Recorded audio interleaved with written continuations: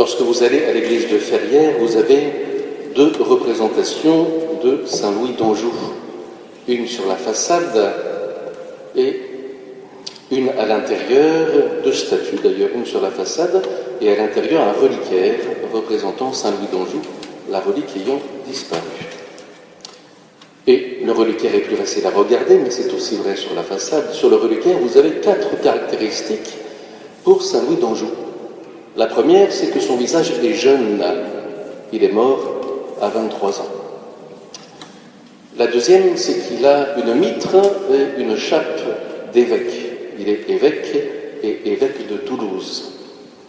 Et puis sur sa chape, il y a des fleurs de lys, car il est de sang royal, petit-neveu de Saint-Louis, roi de France. Et enfin, sous la chape d'évêque, il y a sa bure de franciscain, car il était franciscain. Et donc c'est à partir de ces 4 caractéristiques que je voudrais parler de Saint Louis d'Anjou, qui est donc le patron de l'église de Ferrières, tout en sachant que je me dis personnellement, sans en avoir de preuves, que c'est en raison du couvent des Capucins qui était sur le quartier de Ferrières que Saint Louis d'Anjou a été choisi comme patron de cette église, étant saint provençal et saint franciscain. Alors tout d'abord, Louis d'Anjou de sang royal. Voilà, son grand-père, Charles Ier d'Anjou, est le frère de Saint Louis, roi de France. Et son grand-père devient comte de Provence en épousant Béatrice de Provence, fille de Raymond Béranger V.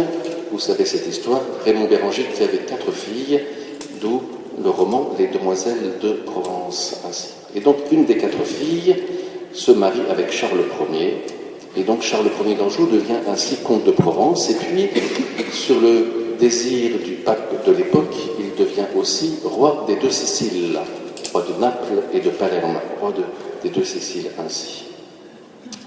Charles II est le fils de Charles Ier et le père de Louis, Louis étant le second fils de Charles II ainsi.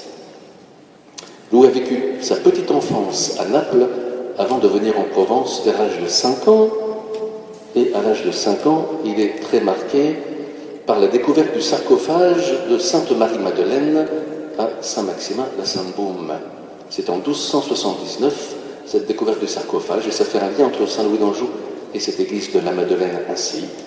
Découverte du sarcophage de Sainte Marie-Madeleine avec les grandes fêtes qui vont aller ainsi à Saint-Maximin la Sainte-Baume.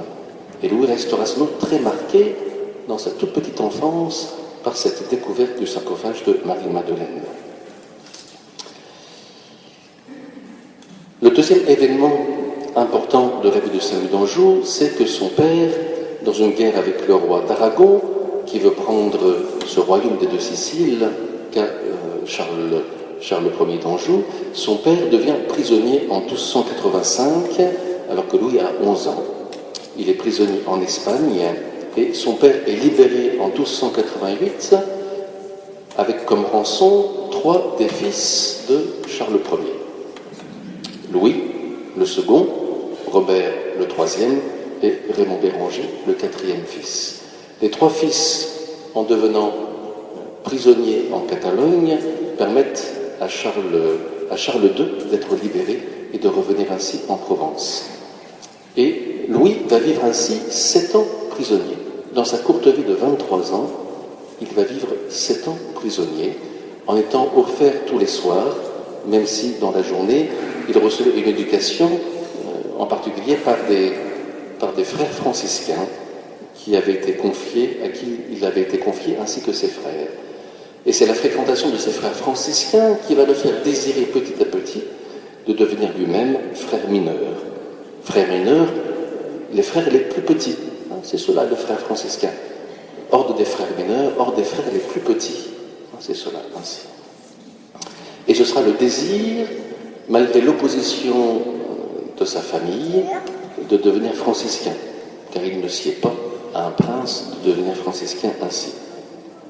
Il le deviendra, il aura la tonsure en captivité, avant de devenir diacre et prêtre ensuite, et puis franciscain. Alors pour devenir franciscain, il va faire un petit marché avec le pape puisque pour son père, il n'est pas question qu'étant de sang royal, il ne soit pas évêque. Et donc il acceptera d'être évêque de Toulouse, à condition d'être franciscain. Ainsi. Et ce sera vraiment ce désir que va garder Saint Louis d'Anjou ainsi. Et on peut voir ainsi que dans sa vie, Saint Louis a eu beaucoup de contraintes. Il a été otage, et comme le dit sa vie ici, il a été otage des événements aussi. Il n'a pas choisi beaucoup d'événements. Il n'a pas choisi d'être de sang royal, il n'a pas choisi d'être otage, il n'a pas choisi d'être évêque. Tout cela, il l'a subi. Mais dans tout ce qu'il a subi, ce qu'il a choisi, c'est d'être franciscain, et cela, il l'aura ainsi.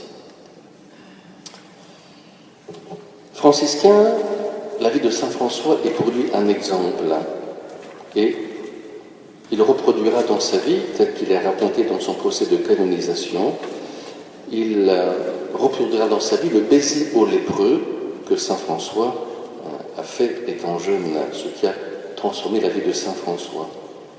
Cela est raconté ainsi au procès de canonisation. Il dit à son frère qu'il s'agit de servir les pauvres à table et de les embrasser, y compris les lépreux. Et son frère lui dit « Nous sommes frères et jeunes et cette maladie est contagieuse.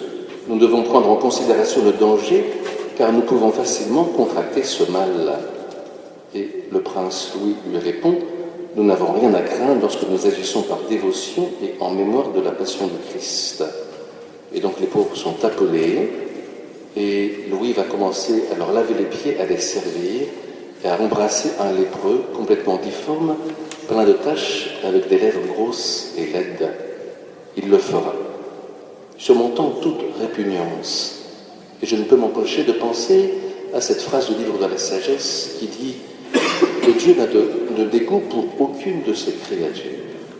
Et ainsi, le prince Louis surmonte toute répugnance pour embrasser ce lépreux. Voilà cette vie franciscaine qu'a voulu Louis, et avec sa richesse, il a toujours eu beaucoup de pauvres à table, faisant aussi beaucoup d'aumônes. Et puis, le troisième point, Louis, à la mort de son frère aîné, a dû renoncer à la couronne, à être comte de Provence et comte d'Anjou ainsi. Et donc on le voit représenté dans un tableau peint par Simone Martini, ce grand peintre italien. On le voit représenté en train de couronnant son frère qui vient juste après lui, Robert, ainsi. Tout le regard étant tourné vers le ciel. Et Louis va vivre pauvre et humble toute sa vie, refusant les habits riches, étant proche des plus pauvres ainsi, renonçant à cette gloire du monde pour suivre, à la façon de saint François d'Assise, le Christ humble parmi les pauvres. En célébrant Saint Louis d'Anjou, je lui confie en particulier sur la paroisse toutes nos œuvres caritatives. Je lui confie la douche solidaire du samedi matin et je lui confie la table ouverte paroissiale où nous sommes ensemble avec les pauvres qui viennent à cette table. Que Saint Louis nous aide à vivre cela. Saint Louis d'Anjou, priez pour nous. Saint Louis d'Anjou, priez pour nous. Saint Louis d'Anjou, priez pour nous.